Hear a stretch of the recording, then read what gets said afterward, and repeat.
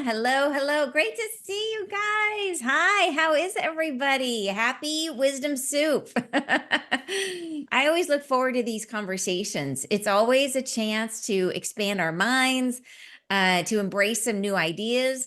And those of you who've been with us for a long time, you know the name Wisdom Soup. It came from the idea that everybody gets to make their own soup, that you get to open up your fridge, see what's in there, and pick the things you like and put them in. So we expose ourselves to new ideas, new thoughts, and we see how it resonates, how it fits, and we take what serves.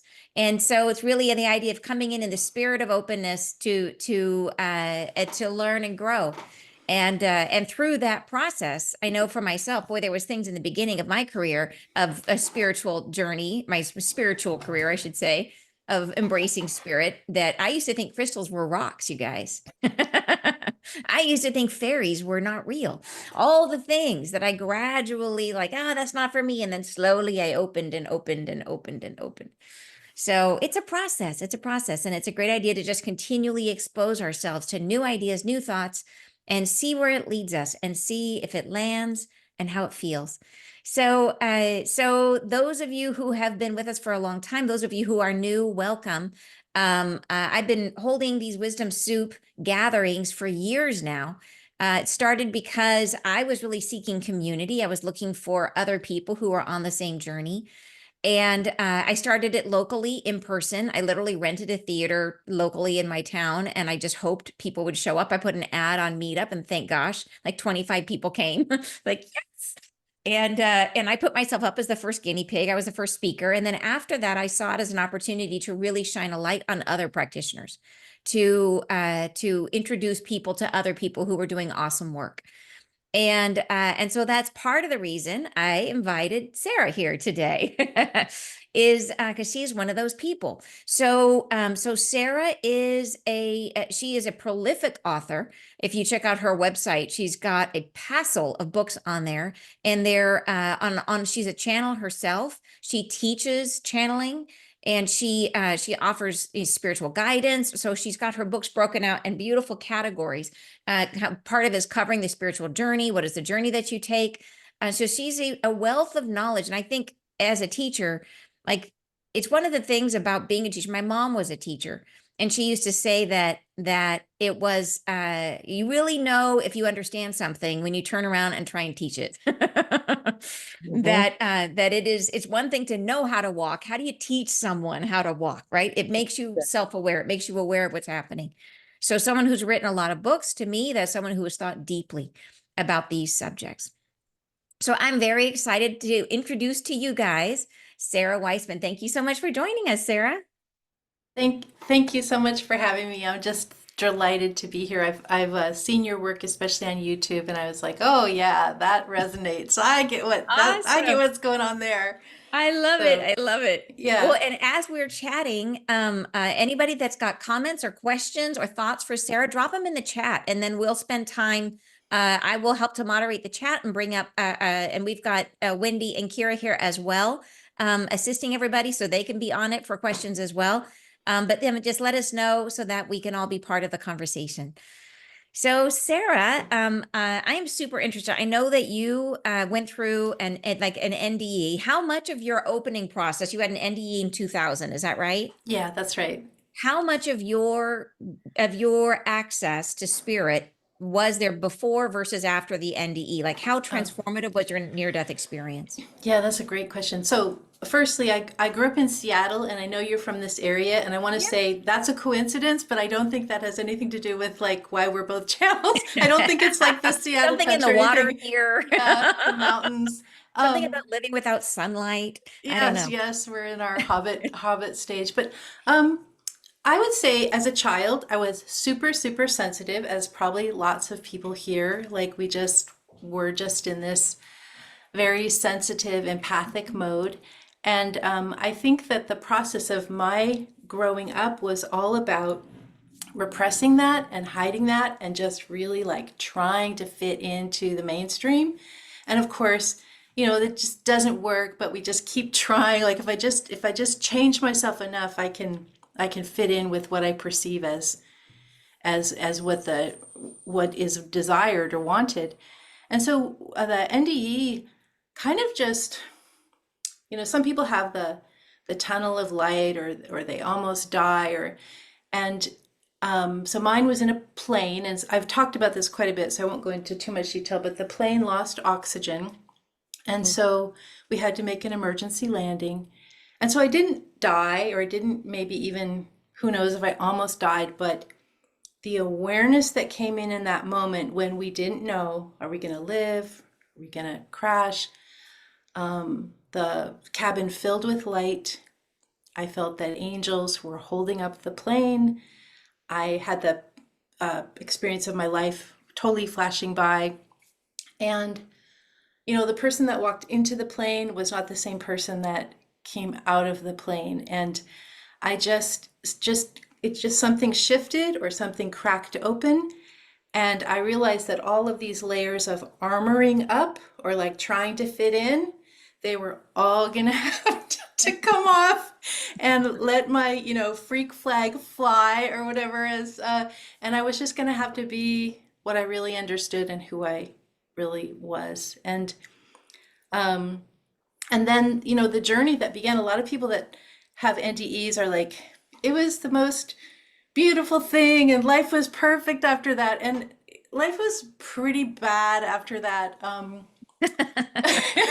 It was really going into like the dark night, and I really had to rest. Like, I had to get divorced. I had to do a lot of, the entire life collapsed. I had to change everything. So, and that was all, what, almost 20 years, more than 20 years ago.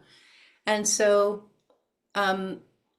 from that point of opening, and then from that point also of like the flooding of my psychic gifts, which had been there since childhood, those all came flooding back almost instantaneously. And I was like, well, what do I do with this? There's no place in my regular, normal, mainstream life for any of this. Nothing, trying to fit.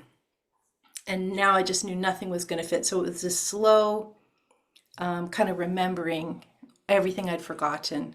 So did you start having like and this was after the NDE, you started having sort of spontaneous psychic experiences? Yeah, I didn't start channeling right away, but I started having guides coming in. I started having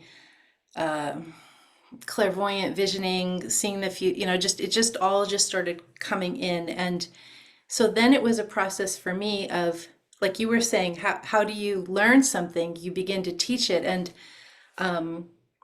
I didn't really begin teaching right away, but I started to try and deconstruct what was happening. Like, oh, a guide came in. What is that? How does that work? Can I get them back? Like, do I have any say in if someone's coming in or not?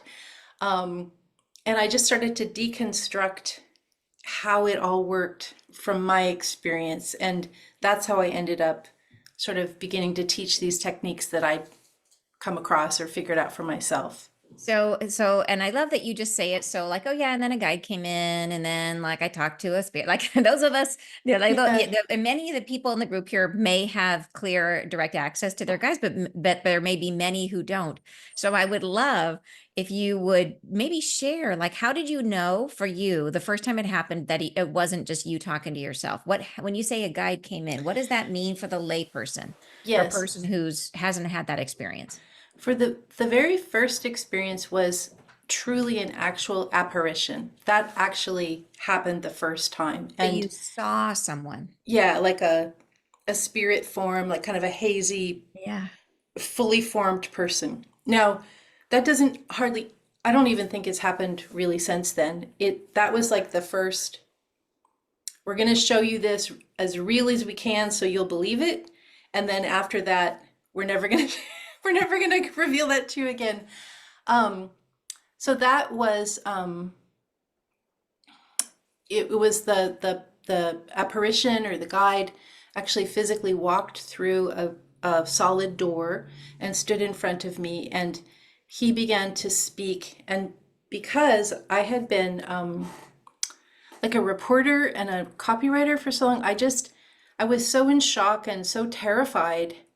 I just grabbed my, my laptop and just started writing down what he was saying. And so that was this first connection of when a guide comes, you're supposed to channel, or you're supposed to, I can't channel in my voice, but when a Oh, guide's come, you're supposed to write it down. okay. And then after that, the guide came as a knowing or like much higher thoughts than I had would come in to my right ear. And again, I would do this process of writing it down. Yeah. And I don't think I'd been exposed to, um, like, I don't think I really knew what channeling was. Like, I don't think I knew about, say, Esther Hicks or Seth or Cryon. Or I don't think I knew about any of those things at that point. It was just Yeah. like, this stuff's coming in, I'm going to write it down. And that was it. So I didn't see them again. I didn't feel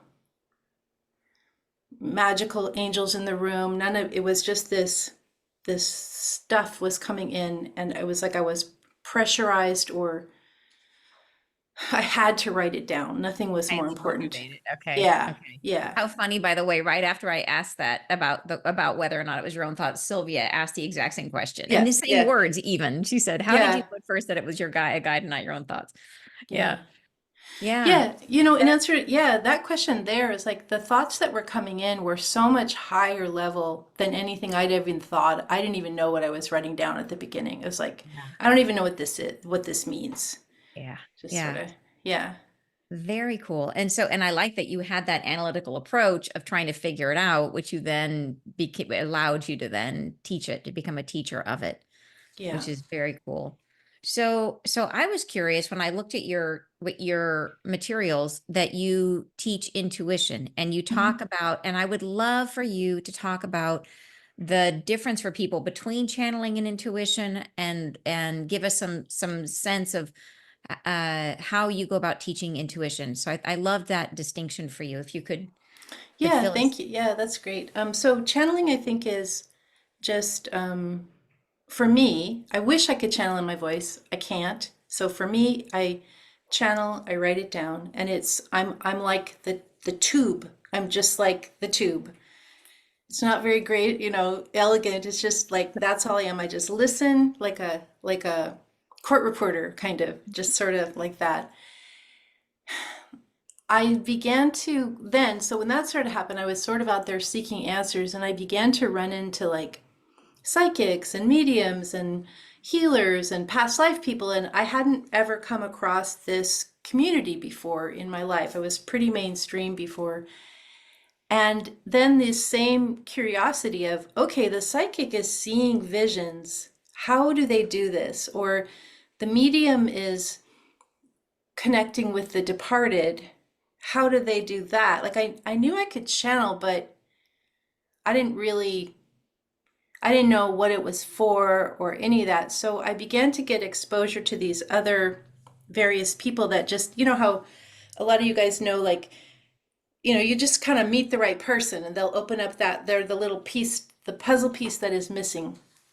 Um, and so I just kind of think, well, I'm gonna try to do a clairvoyant vision. Like I didn't know how to do it. I'm like, okay, trying really hard and seeing if I could get something. And I just started experimenting Yeah. with all of it, um, and then just started to figure out some ways that would work for like my particular brain style, I guess.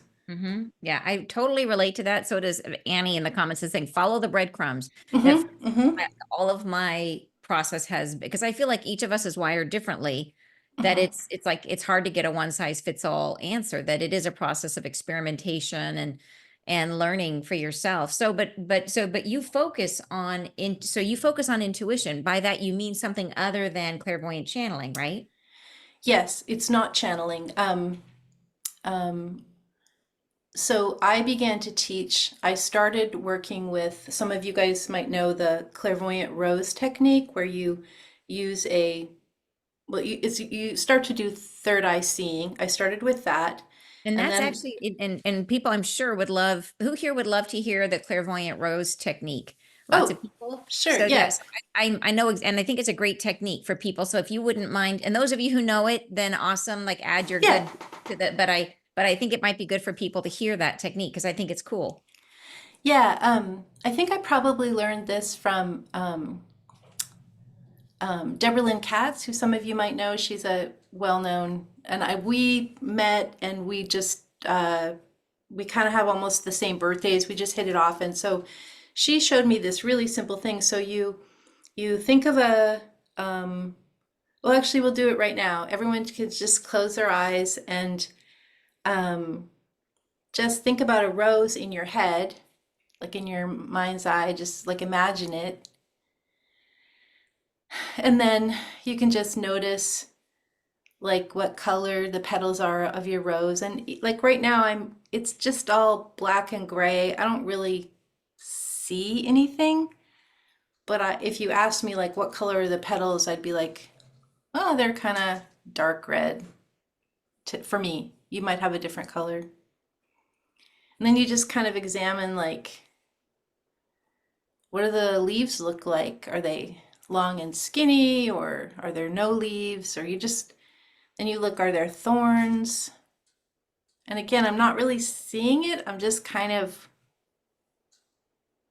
imagining it, I guess, thinking of it, putting it up there.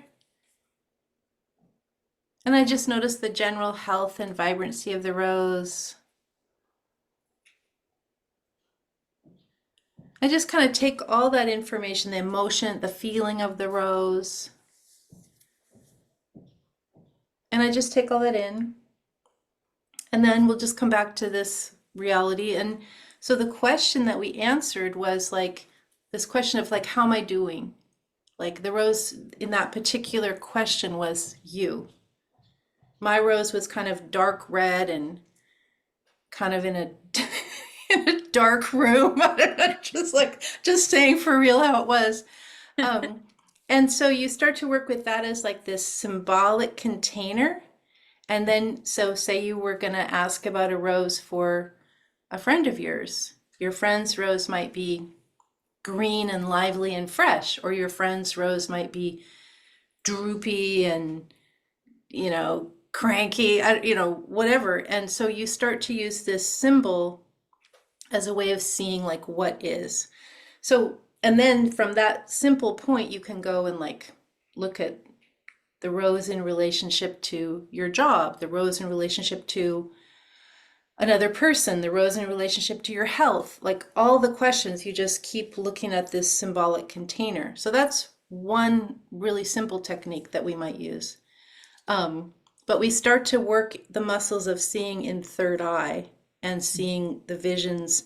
And you notice, like I said, I'm not really seeing much. It's more like you're almost like having a dream, but it's in the present time. You're just seeing what's there.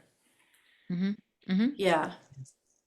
Yeah, I love it. And I've seen people sometimes teach that rose technique as almost like it's the heart as a rose and you see different petals. And so I've seen it, but I love the idea that it's a symbolic container because it just gives you a launching off point, right? To start to Yes. a place to stand where you can then start to work with visual inspiration. Yeah, very, Right. very cool. Mm-hmm. It kind of also reminds me of like, I don't do gaming, but in gaming where they'll have the hero go and like find the acorn, and then they find the key, and then they go through the enchanted forest, and the rose, once you get going, the rose will start to morph and change and Mm-hmm. show you the pattern of like whatever question you're looking at. Mm-hmm. Yeah. So would you call that a intuitive technique or a channeling technique? I would say that's well, I would say that is a technique of intuition, because you're not attempting to necessarily receive guidance or teachings. You're attempting to gather information about your personal situation, or your almost like your earth life, or your Right. personal life, as opposed to a broader, these are lessons for the world kind of Yeah, thing. that makes sense. I would, for me, I would think of the distinction between them as channeling is when it's someone other than yourself. Like it could be an Mhm. angel or it could be a spirit guide. And I think of intuition as like higher self connection. Would you say it? So it's like talking to yourself in a way, but it's your higher self. Would you define it the same way? I don't use the term higher self, just because in the channeling they give me like, they say it's for me, Yeah. Body, mind. They say mind, ego, personality as one thing, Mm-hmm. and soul. And so they would say it's your soul self. It's just wording. It's just Another word. different Yeah. wording. Yeah. Yeah. Yeah. But the Yeah. angels actually use the soul self a lot. They say that word a lot. Yeah. Hmm. But interesting. Yeah. But I just use it for me when I'm not, Yeah. I say higher self. Yeah. Very cool. So, okay. So do you say you work, so you think in terms of on developing their intuition, it's a matter of you think someone can develop, if they feel like they're not super intuitive now, you think they can become intuitive? Yes. I think it's in as innate and part of us. Like if we can learn to drive or we could learn to cook, we could learn these techniques. And I Mm. think that because the mainstream world is so linear in our thought system and we're so mind, ego, personality based, it does take a little extra leap to get into that soul perspective. But once you're there, even a little, you start like, I want to go there. I want to live there. That's where I want to live. So, um, yeah. And like you start with something as simple as the rose, and then you can go in and meet your guides, not to channel necessarily, but to get personal advice on that's how I see channeling as receiving spiritual teachings, but Yeah. then channeling for your working with your guides, you can go in and work, and then you can go in from from there you can go into mediumship, and from there you can go to past lives. And it's almost like when you were a kid, or when I was a kid, we used to go to our different neighbor's house. We would just run across the street and go to a neighbor's house, and it's sort of like, do I want to go to the rose house?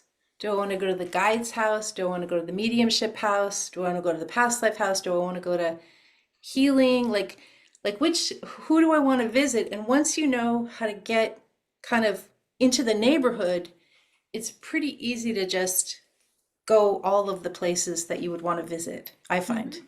That's what Yeah. I teach. Yeah. Okay, awesome. So, one other question on the rose technique is Rob is asking if you start the process with an intention.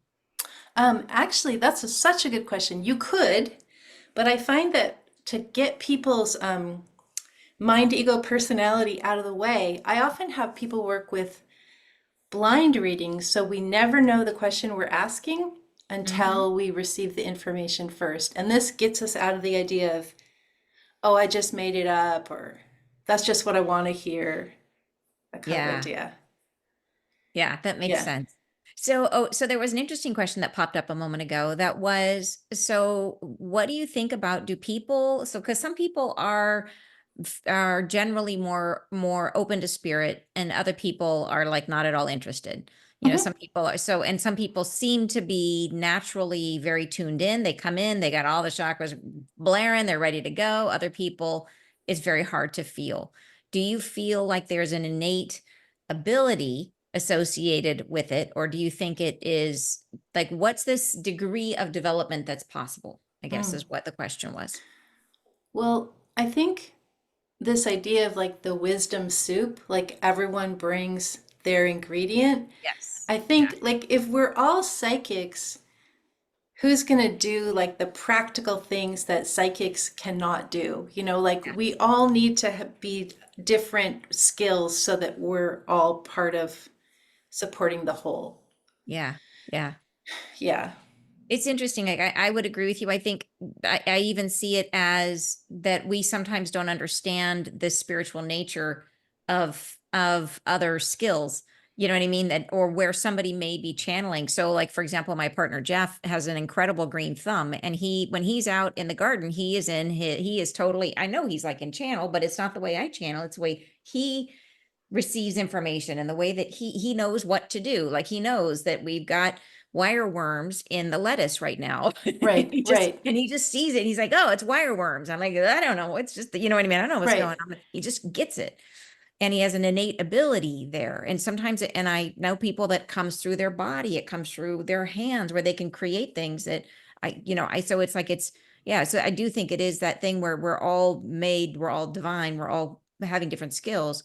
And I do think we're meant to, like, everybody's meant to, even every channel is going to get the information very, very differently. Yeah. All Yeah. like Yeah. So I think that's I thought it was a good question though, because it is a thing Yeah. where we sometimes feel like it is a spectrum and somebody's gonna be, so for me, trans channeling is my pathway, but Hmm. there are other people who automatic writing is like magical for them, you know? Yeah, yeah, and like my husband's a, Mm. chiropractor, retired, but he's one of those people that has the energy like coming through, like he just heals, and I would you'd expect, oh, a healer, they're gonna. He's like, I don't do the guides. Just like, okay, just like I just heal, and it's like, Yeah. yeah, it's just Yeah. let us all be different. Yeah, yeah, that's great. And then so Phil's asking a really interesting question. He says, is synchronicity related to intuition? Yes, that's such a good question. Um, So I sometimes use this idea like we enter in to connect with everything and receive all this guidance, the channeling, the intuitive gathering that we do. We enter in and then we expand out so that we go into the world and notice all the synchronicities and energies showing the events and the weird stuff and the stuff that makes us pay attention so that we've received the guidance, and then the universe is showing us all these synchronicities so we can follow the breadcrumbs, as someone said. We're able to go look at it from the two perspectives, entering in and then seeing what's in the world. Hmm. And I kind of think synchronicity is, it's kind of like magic. It feels like sometimes things happen at such an unbelievably amazing pace and come out of nowhere, and as long as we keep following it, like we Yeah. don't even have to really trust it, but we just need to follow it, and that will lead us to the next place of like highest potentiality.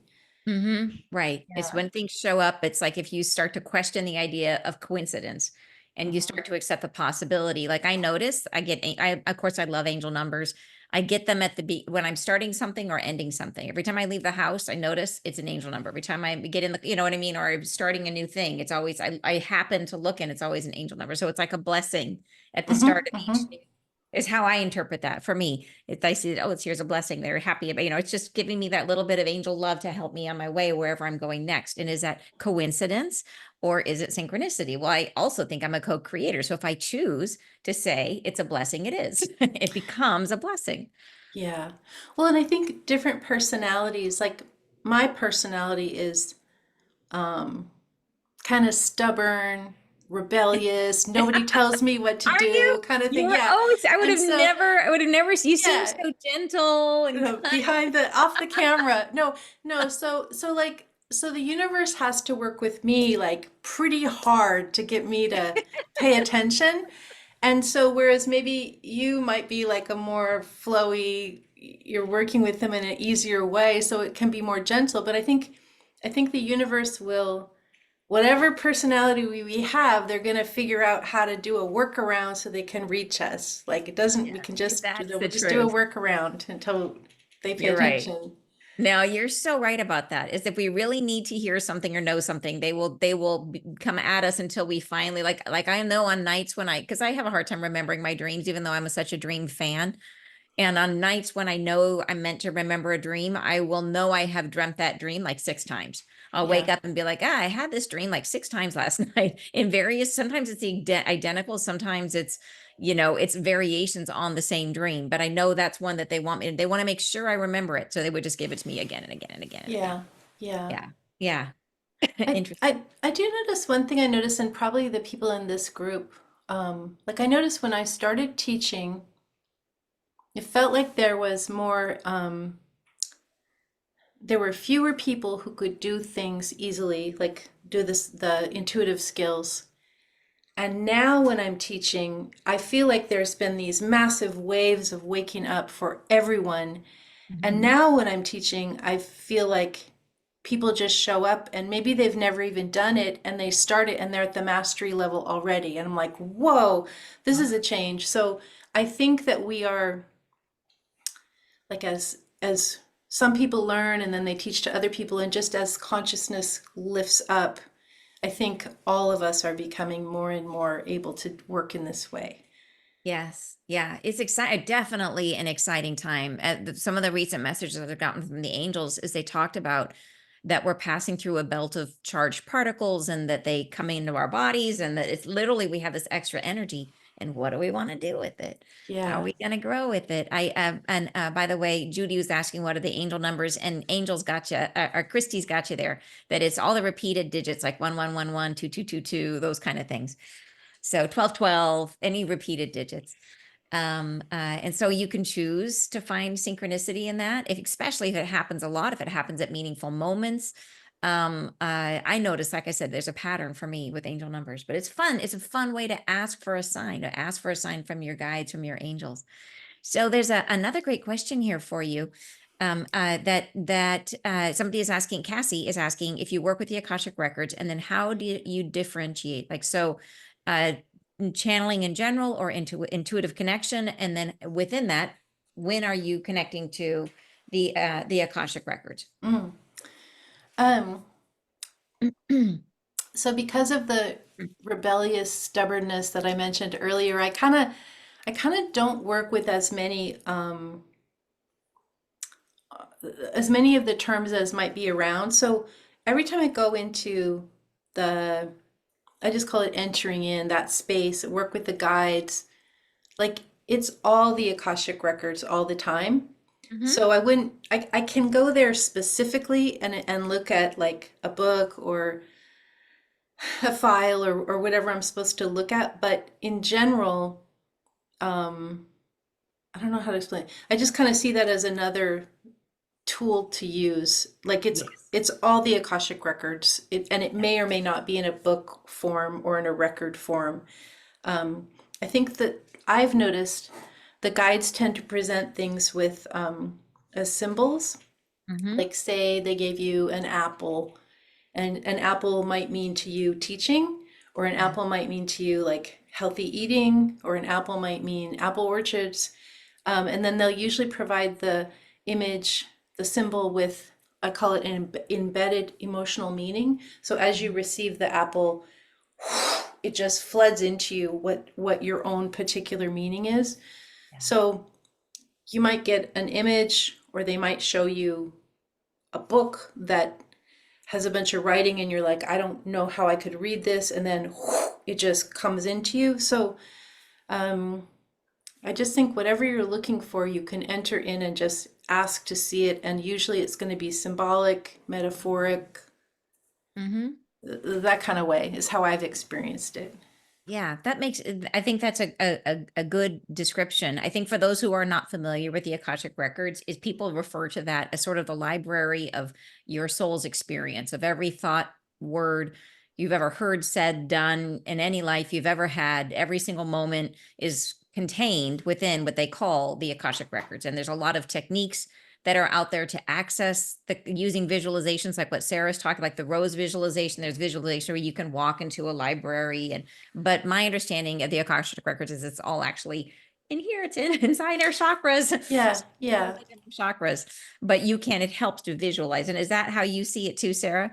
Yeah, I think that's a good, like, it's all within, it's all without, it's all present, past, future. Yeah. It's just, you just sort of connect in Yeah. and ask and then see what happens.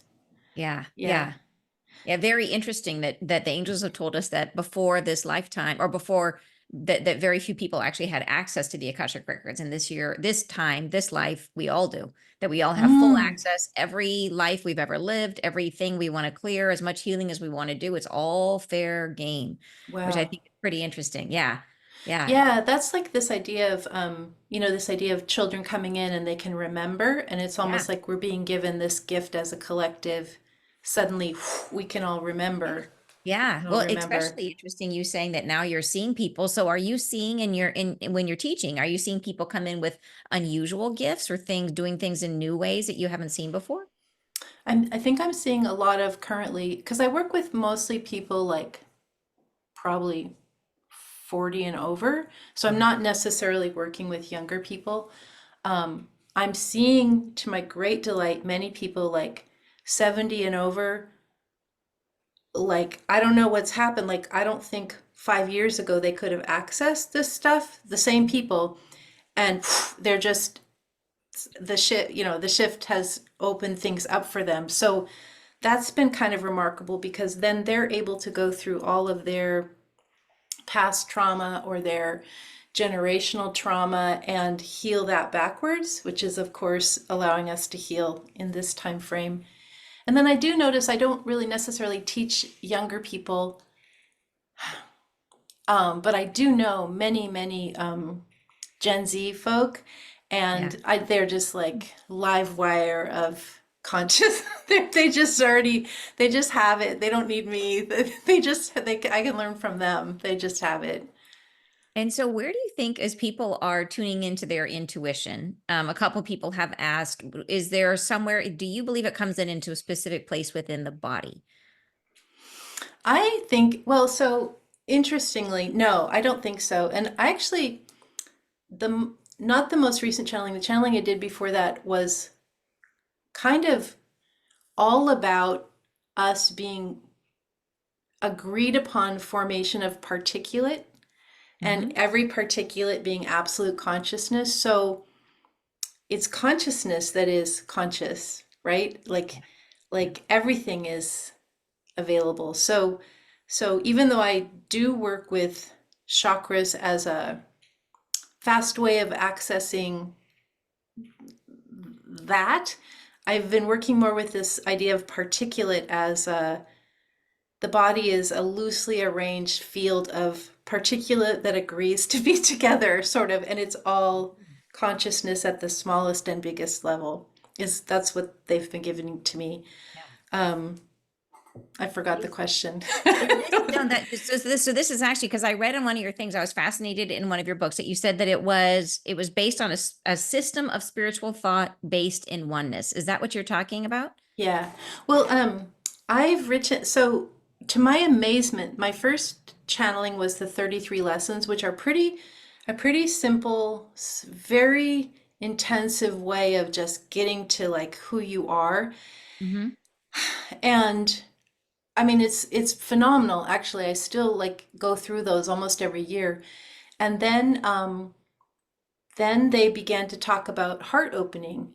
And then they began to talk about our purpose of our life here. And then I'm just kind of looking at, and then they just began to talk about how to deal with situations.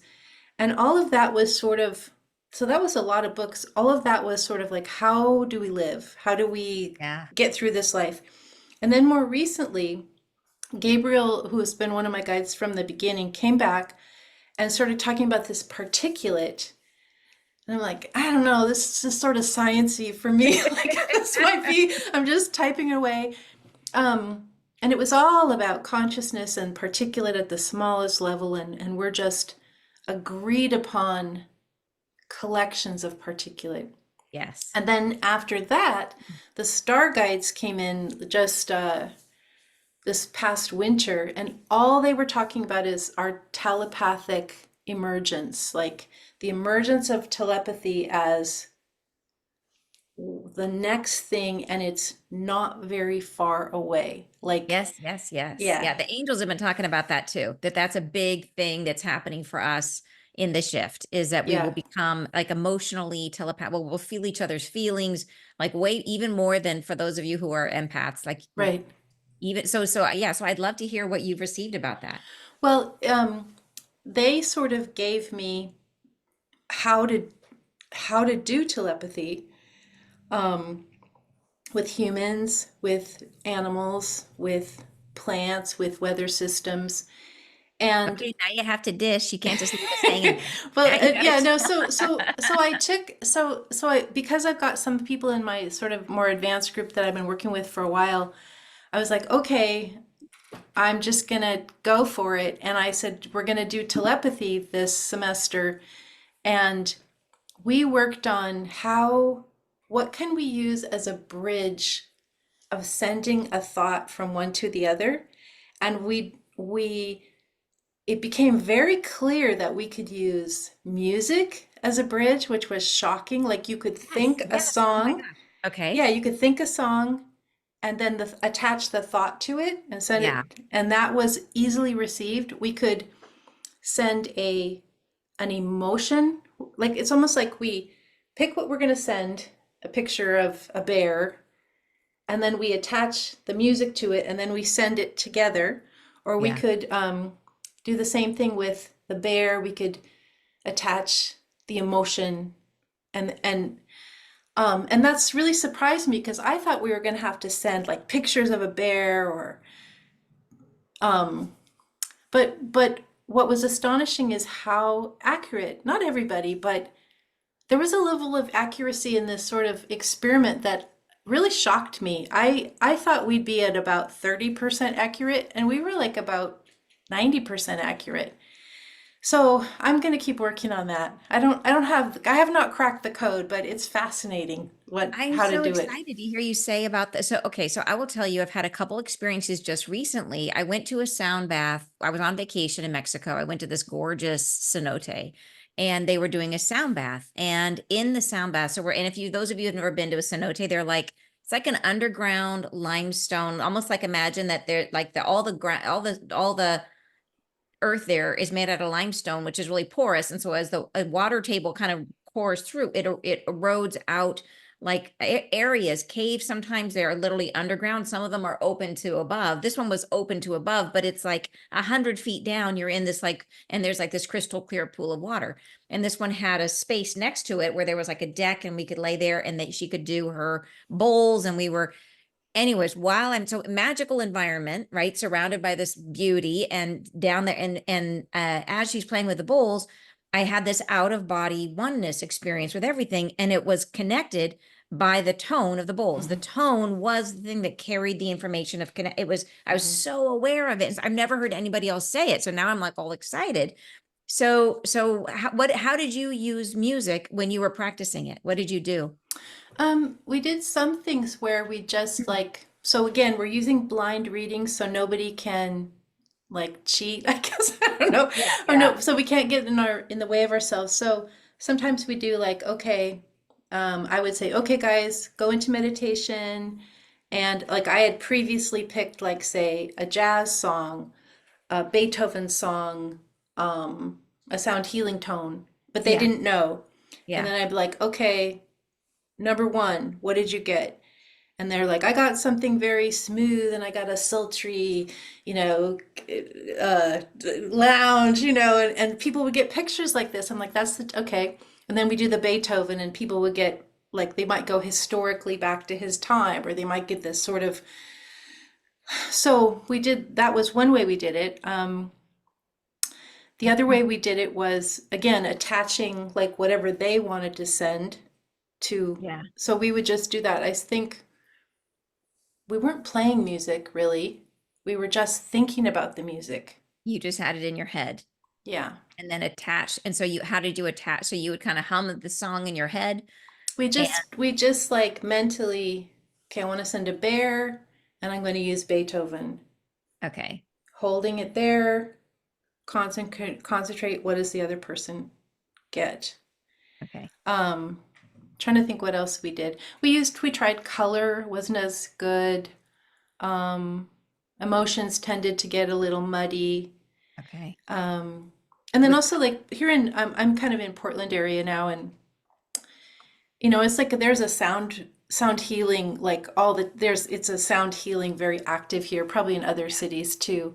yeah. Um, but that the healing of the frequency affecting the particulate Mm-hmm.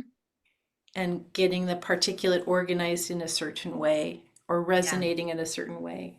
Yeah. Yeah. Finding that commonality. Yeah. Annie, one of our members here, she was asking about if that's something you regularly teach, but you're writing a book on telepathy or you've written a book on telepathy, Yeah, right? yeah, Yeah. the star guide messages is the Yeah. one. Yeah. So you have one, but yeah, this concept of how do we practice it? But yeah, so I am super interested in the idea of music as the way I felt it in the cenote, and it's happened one other time, was that it would be as if, say that, and it's since with sound healing, it's lovely because it's one tone, and then, but it could be a music that it generated an emotion. And when everybody in that Uh-huh. environment, it was Yeah. every living thing surrounding me, all the plants and bugs and everything. Everybody found something in them that resonated with that tone. And then we all connected there. Does that make sense? Yeah, almost like everything that you were with in that cave, the nature, the mineral, Yeah. the people was all like in kind of like a harmonic convergence together. Yeah. And Yeah. that's why you went elsewhere or Which was went super cool. But I expanded. didn't I didn't try to send any information on it. So that's like a whole nother, maybe we should practice it right now. Do you Mm, want to practice one? no, I don't think I'm ready to do that yet, but it's still, that part is still, it's interesting. Like it still seems kind of new. So it's interesting because what we believe is what we can do. And I'm Yeah. already feeling a hesitation, like I haven't really done, I've only done telepathy that one semester. I still want to work on it more. And I'm Yes. kind of realizing like, oh, it's going to be the same as everything else. How could that be? That's impossible. But no, it's going to be possible. Yeah. Yeah. So we'll Well, see. I also notice for me, it's popping in more and more unexpectedly. Even like, so for example, like just today, I asked the question, and then literally right after it comes out of my mouth, I look in the comments and someone had said that exact question in the same wording I had just used. Yeah. And so was she reading me? Was I reading her? I don't know, Yeah. but it's happening in my life with some regularity now, which is interesting. And then not intentionally. It's not a thing where I'm sitting there going like I am now. It just kind of like, yeah. And I mean, who else is, raise your hand, you guys, if that's happening for you. Are you finding you're having strange little moments of telepathy with other people? Anybody just raise a physical hand up? Anybody? Yeah. Yeah. Yeah, for sure. Okay. Interesting. Yeah. And I think it's this extension of like, as people here are probably mostly all super empaths, I would guess. And like we empathically sense and feel everyone's emotions immediately, Yeah. but then can we send, so that's, we already know we can do that. But then can we send a specific information packet to another Yeah. person? I will tell you one crazy thing that happened several years ago when my son, it was my daughter was somewhere else. I was with my son. We were actually touring his work, the college he was about to go to. We went together to go tour it for the day. And I had on my Apple Watch and I had my iPhone in my purse. And my phone started ringing, and it was the phone. The ringer had changed to my daughter's voice, saying, "Mom, pick up the phone. Mom, pick up the phone." And I thought my kids are always messing with my stuff. Like, how did she do that to my Mm-hmm, ringer? mm-hmm. And I'm digging for, because it's on my watch. I'm digging from my purse. And I turn to my son. I'm like, how did Kate do that to my phone? And he's like, what? I'm like, how Yeah, did she make my phone sound like her voice? He didn't hear it. yeah, I was the yeah, only one that heard. I knew it was her before I even pulled the phone up because I could hear her voice clearly saying the ringtone was her voice saying, "Mom, pick up the phone." Isn't yeah, that crazy? yeah. And I told her about it, and she had no awareness of how she'd done that. Right, right. Yeah. I think so. It's interesting too because I think we're at this place of, at least I'm at the place of the world where everything's so clear and yet everything is still so confusing to me Yeah. personally. It's just like maybe others have cracked that but like it does feel like the breadcrumbs example, like you don't get to see the whole picture, you just take the next little step.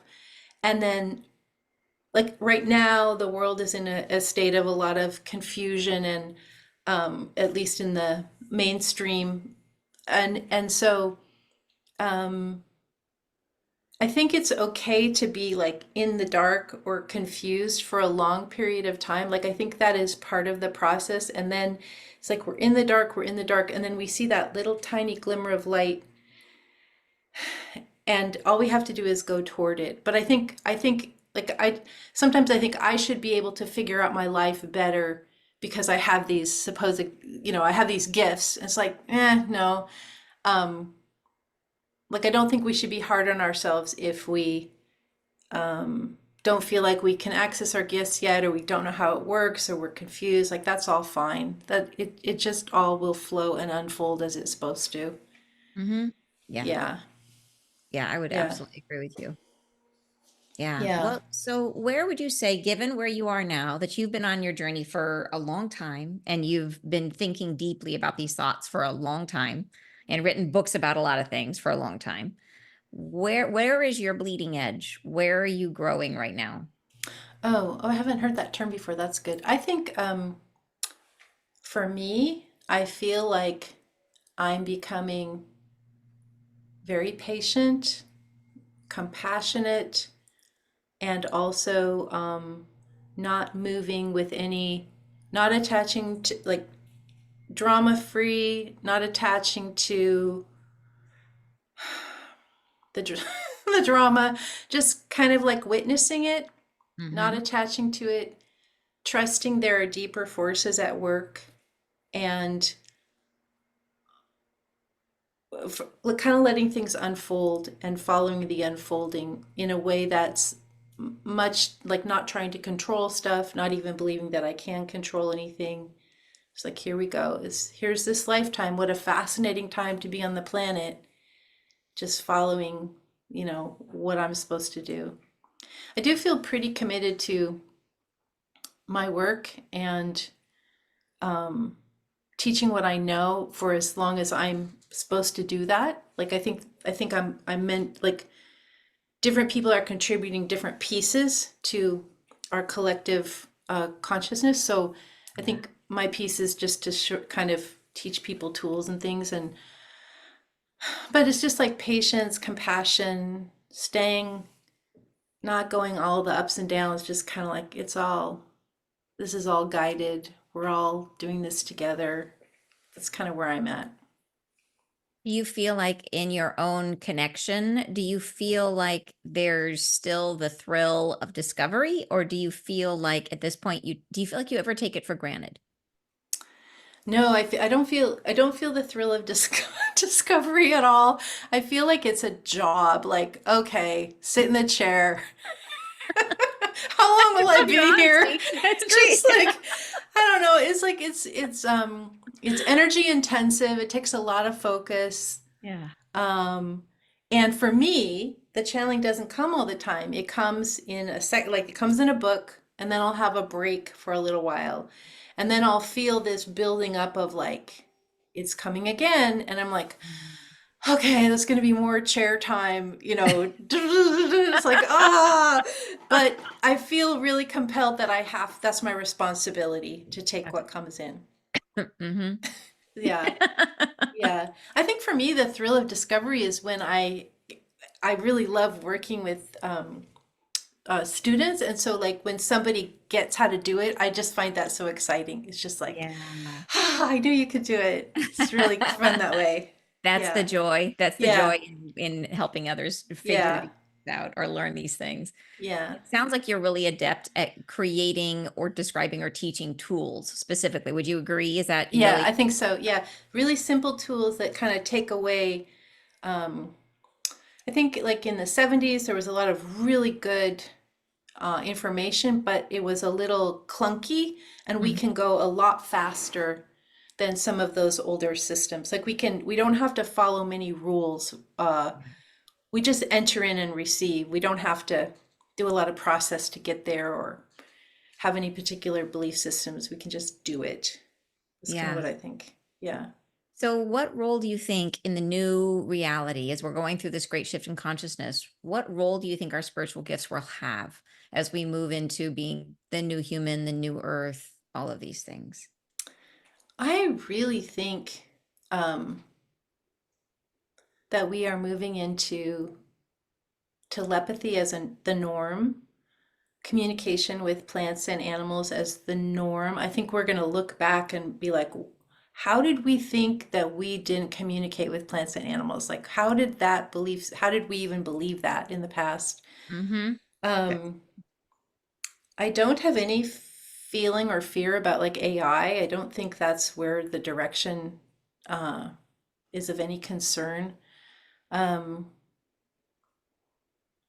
I think if we think of like some of the guides as being other off-planet beings, who are at these higher level of consciousness, and so I think that's we're humans. We're just growing in our consciousness to have a lot of different abilities.